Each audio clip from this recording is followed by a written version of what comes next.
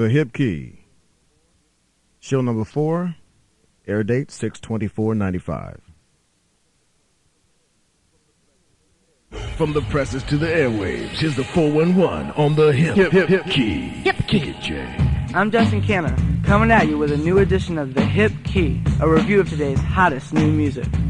This week, we'll take a look at the hot debut album by Milwaukee's own Tina Moore, the second collection by European dance act M People, and the latest single by hip-hop heads The Nonce. Tina Moore, the talented lady with a groove out now called Never Gonna Let You Go, shows us how much she's capable of on her self-titled debut album.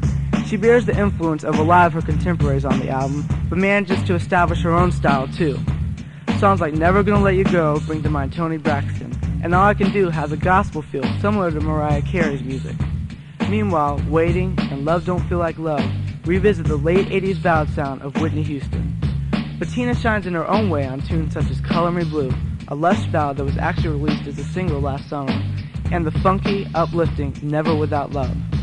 But this album doesn't only benefit from Miss Moore's strong vocals, it also shows off the jamming, kinetic production skills of In the Soul, and the more traditional producing of Michael Powell, Worth the Money.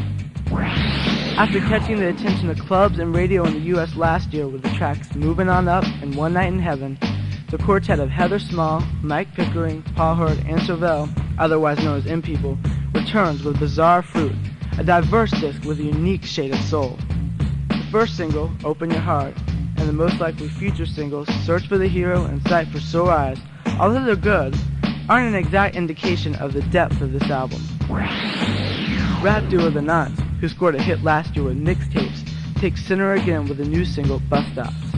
Out now on Wild West Records, the original album mix is definitely smooth, with a laid-back, non-pressuring arrangement that perfectly matches The Nonce's confident rhymes, while the Token and a Transfer remix is just as mellow, but in an old-school kind of way.